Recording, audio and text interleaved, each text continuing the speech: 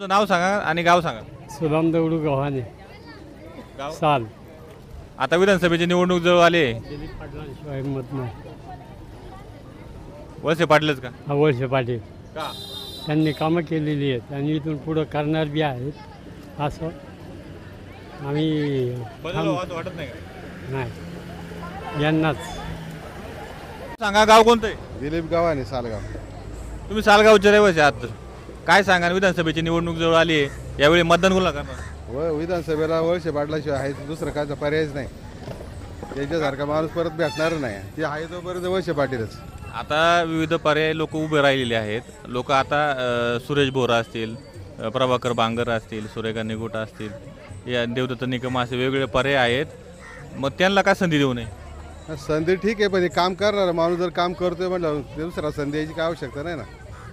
जो काम करणारा माणूस जर थकला किंवा तो काम करीत नाही तर दुसऱ्या माणसाला चान्स दिला पाहिजे.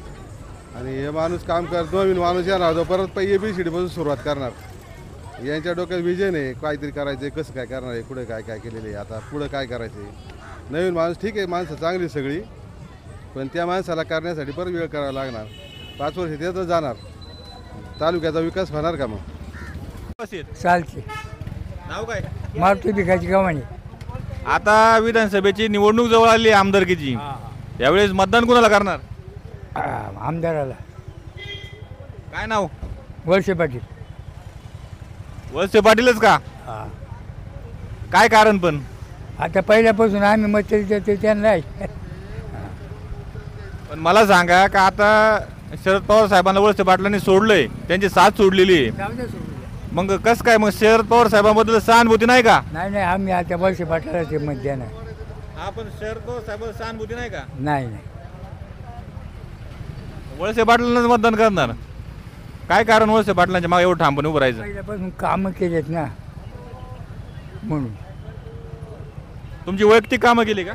नाही पाठबांधारे आमकं तुमकं दुसरा व्यक्ती घेत नाही अजून. पण कुणी आमदार झालं तर काम करणारच. ते तर आहेच. वळसे पाटीलच का? वळसे पाटीलच का? आपण